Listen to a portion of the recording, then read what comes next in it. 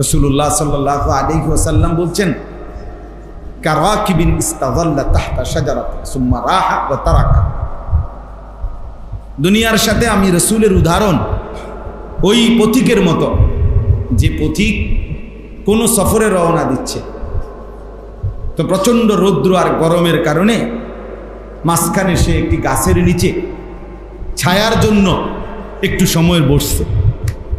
তো কিছুক্ষণ গাছের ছায়ায় সে যখন ঠান্ডা ঝিরঝিরে বাতাস গায়ে লাগছে, একটু ঠান্ডা হইছে, তো একটু পরেই আবার আপন গন্তব্যে রওনা হয়ে গেছে।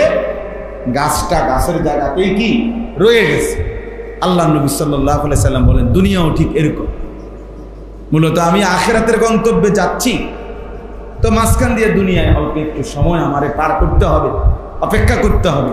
এই জন্যই গাছের নিচের ছায়ার মতো কিছু সময়ের জন্য দুনিয়া অবস্থান করলাম, তারপরে আমি আমার আপন গন্তব্য আখিরাতের দিকেই রওনা হল। এই জন্য দুনিয়ায় থাকেই কতক্ষণ, শুধু কবরেই আছে কতক্ষণ।